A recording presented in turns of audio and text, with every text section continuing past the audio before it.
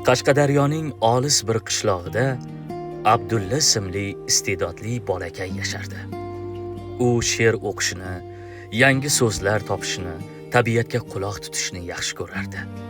Bu bola ulg'ayib, oddiy so'zlardan sehrli satrlar yaratadigan shoirga aylandi. Bu shoir O'zbekiston qahramoni, O'zbekiston xalq shoiri Abdulla Oripov. Uning she'rlari xalqimizning qalbiga juda yaqin. U vatan, ozodlik, mehr-oqibat va halollik haqida chiroyli va ta'sirli asarlar yozgan.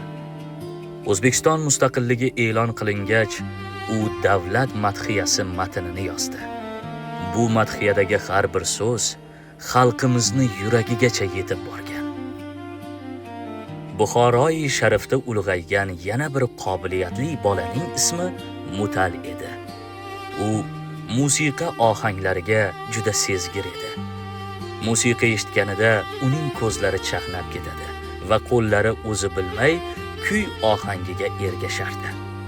Yillar o'tib, u taniqli va o'ta mahoratli bastakorga aylandi.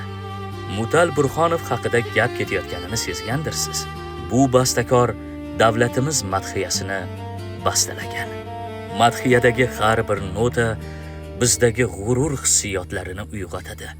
Mana shu ikki bola yurtimiz farzandi.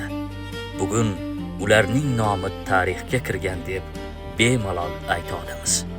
Ular muallifligidagi madhiya esa eng muhim manzillarda, eng baland nuqtalarda, eng qadrli daqiqalarda jarang sochmoqda.